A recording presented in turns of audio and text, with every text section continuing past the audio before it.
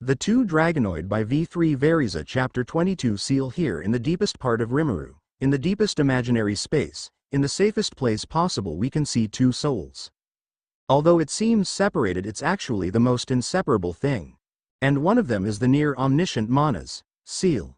Seal Pav, I think it's about time, so why don't we look back at some memories, shall we? As far back as when I'm a great sage, flashback starts. After Master is born and named, I also gained consciousness. Every time Master is interested or confused in something, I explain to him in an easy-to-understand way. Of course, I didn't explain to him what are unnecessary or inappropriate, since all is for the best. Milam also likes to play with Master, and I'm quite liking it. I can teach Master about the information and knowledge, while Milam teach him about emotions and social stuff. Although sometimes she does mess up, but she's corrected by their parents. The happy days turns into weeks, then months, and before we know it 2 years already passed, and that means it's that day. Less than warning. Many unknown individual detected entered the castle greater than. After that many things happened so quick, but what I prioritized right now is to make sure Master is okay and still calm. To be honest, I'm actually a bit lost on what to do when all that happened. I wanted Master to be okay, but I don't know the safest way, and the situation is not helping either. But after Master and Milam's evolutions, everything calmed down. I combined and perfected Master's skills and resistances, while on the same time I also perfected myself so that nothing can harm Master. But in my perfection process I found out something: there's quite a few stuff needed for my own perfection. However, I decided to just take it slowly and ignore it, since Master is still young and his happiness is the most important thing for me. So thousands of years passed, and in that time not really much happened. A big thing is probably Milam found out about my existence. At first she just shrugged off when Master goes blank talking to me, but as time goes on she finally asks about it, so Master explain it and we meet for the first time. Other than that, Milam destroyed a nation and I rebuild it again and again countless of times. Master also liked to modify the Void Dragon from time to time as a hobby. I keep Master pure, but then Milam wears those kind of clothes, so I just try to make sure Master is as pure as possible. And it worked. Master remained pure and not get swayed by any woman until he met Kronoa, who I think worthy enough to be with Master. Although I sometimes a bit harsh on Master, I can't help it since it is necessary for our own good. So after Master married, I goes on full drive to make up the thousands years of lazing around. I learned many things from Kronoa's sadistic side, so I can confidently say that I'm an expert in those stuff. Usually after Kronoa punishment, Master also punished me. It's not like I hate it, I used it as a way to help my masochistic side. Moreover, I enjoyed it, so all is fine, albeit still scared of the punishment. Master seems to start enjoying it, and I'm glad, since we still needs to go through it for some time. When they do the baby making, even though I already told him I will make sure no one disturb them, even myself, Master still put on a barrier in which I cannot see what is happening. HMPH. Well, at least I convinced Master to only have a child once every century. There's no problem for Master to have many children since I can still manage them, but it's better if there's only a few. Speaking of his children, Cosmo is closer to Chloe while Galacia with Hinata. Interesting, isn't it? Many fun moments passed, and now it's time for the world-shaking fight against the cryptids. And Master is so cool. I'm going to replaying these moments for some time. The other time Master is cool was when the new generation of Demon Lord joined. Flashback: Demon Lord Guy announced there will be new member to the Demon Lords. Milam is excited even though she promoted one of them. Master just sitting there with the other true Demon Lord waiting for the newcomers. When they entered, I can sense Master already dislike one of them. They introduced themselves one by one. While they introducing themselves, let's explain the current situation. Guy keeps changing his aura intensity and quality. Milam keeps her aura to a minimum while Master hides it all altogether. Well, as for the other is still normal. Long story short, everything went well and the TDLs already went back except Guy, Master and Milam. Guy and Milam wanted to talk with them a bit more, so of course Master also stayed to wait for Milam. Eventually Milam got bored and left. After she's gone, Master suddenly let out his aura and make it more intense with every step he took towards the exit. When Master is back with Milam, he act as if nothing happened. Flashback ends. Although it's a simple event, I can agree on that, but for me it was an amazing memory and unforgettable one. I want to re-watch the memories once more, but it's time now, so let's notify Master. Less than Master, can you come here?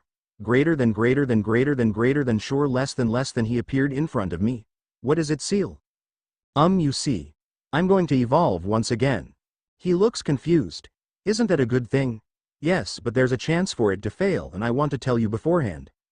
After I said that, he suddenly hugs me. Don't worry, Seal, I'm sure it'll be fine. Thanks, Master. And so, I started evolving. In the meantime, a long time has passed. There is nothing visibly happening with Seal, but Rimuru still believes in her. Rimuru Pav, it's probably been years if time wasn't stopped, and yet there's nothing visibly happening with her. I really don't want to think about the worst that could happen, but they just keep coming. In the middle of fighting with those bad thoughts, I have an excellent idea. What if I make my nation as best as I possibly can, so that when she comes back it will amaze her? Nice idea, Rimuru. Thanks, Rimuru. You're welcome, Rimuru. You're the best, Rimuru. I know, Rimuru. I took control, monitoring the imaginary space, and set the time to be moving at just a bit slower than the outside world. But that means I need to keep an eye on it, which is of course a bit annoying. Well, it's fine since it is for her after all. I activate parallel processing and monitors all imaginary space. Even that one. Welp, let's just continue what I was doing before. Milam Pav. It's boring. I throw the paper on my hands. Milam, nay, you have to do this, Galacia says as she took the paper I threw on the floor. But it's boring. I want to go back with Rimuru. I slumped on the table. I want it as well. Then let's, but we still need to do this. HMPH, fine. She smiled smugly at me. What's that look for? Oofufu. Does that mean Milam Nay can't do this? Of course I can, I'm Rimuru's sister. She handed me the paper back. Here you go then. I started going through the paper as quickly as I can to prove her wrong. A few minutes later. Galacia, help me with this one. I hand over one of the paper. Sure, let me see. She take a glance at the paper. I see. What did you see? And also, you're only looking at it for a second, I complained in my head. She then stood beside me and put the paper in front of us. Then what do you think about this problem? I don't know, there's just too many numbers and symbols that I didn't even know what it is and where it has come from. I don't even know the symbols. It's fine, they're just some marker. It's easy for you to say that.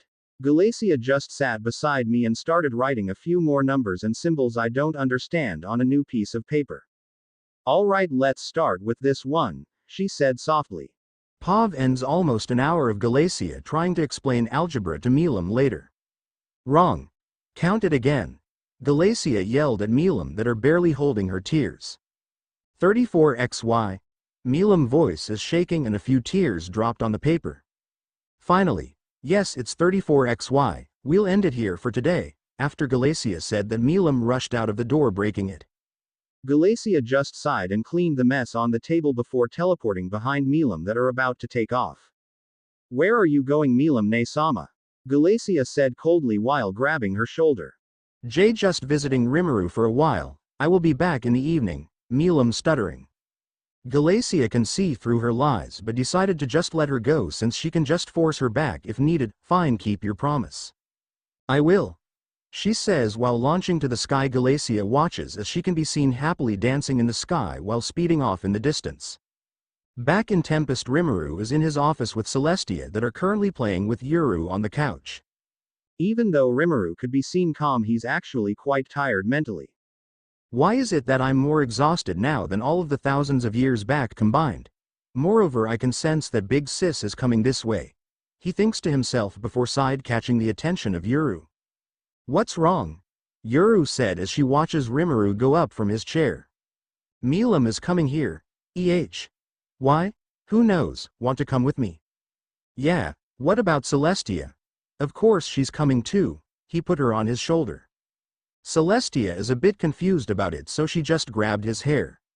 Okay, then let's go, he says as he opened the door. Yeah. They get out of the room and Diablo suddenly appeared beside them and bowing like usual. May I ask, where are you going, Rimuru-sama? Milam is coming here, so you'll be the one in charge while I'm gone? Understood. And so they walked to where Milam probably going to land. On the way, Rimuru enjoyed the walk through the city and seeing everyone is lively and well. He then noticed 3 girls that are talking in the middle of the street. "Oi Yuru, aren't those girls the ones that joined our meeting back then?" he says, pointing to the girls. "Oh, they're Nemu, Stella and who? Is it Foss or Foss?" Yuru muttered. "Okay, I get it, you forgot her name, whatever. Anyway, about that Nemu girl, did she manage to do it?" "Don't worry, she still haven't managed to do it." "Okay then." Rimuru then about to continue walking, but before he could take a step, Yuru grabbed his feet. "What is it? Let's take a different route. Nah, let's just go this way," he said with a smirk and continued walking, dragging her along. "Rimuru, you meanie." Yuru tried her hardest to pull his feet. Her attempt are futile though, after all they're now in front of the girls. "Rimuru-sama," they all said at the same time and quickly bowing. "You can lift up your head now," Rimuru said, not minding Celestia that are pulling his hair. They did as told and having different reaction while thinking of very different things. "Why is he here? Did I make any mistake?" Sweat started dripping on Foss' worried face. "It's him. It's really him. I want him to taste my cooking." Stella then goes on to think what kind of food she's going to make. "That slime is over there, but His Majesty is also there." Nemu's excited face slowly change into disappointment. Seeing Nemu's disappointed face added with Yuru keep staring at her, Rimuru couldn't help but say it. "What's wrong, Nemu? You're allowed to go for her, you know." Really, they have an opposite reaction, but after Rimuru nodded, Yuru quickly slides away from their. Nemu quickly say thank you while bowing before flying as quickly as she can to follow Yuru. It's the start of the 6th bird and slime chase.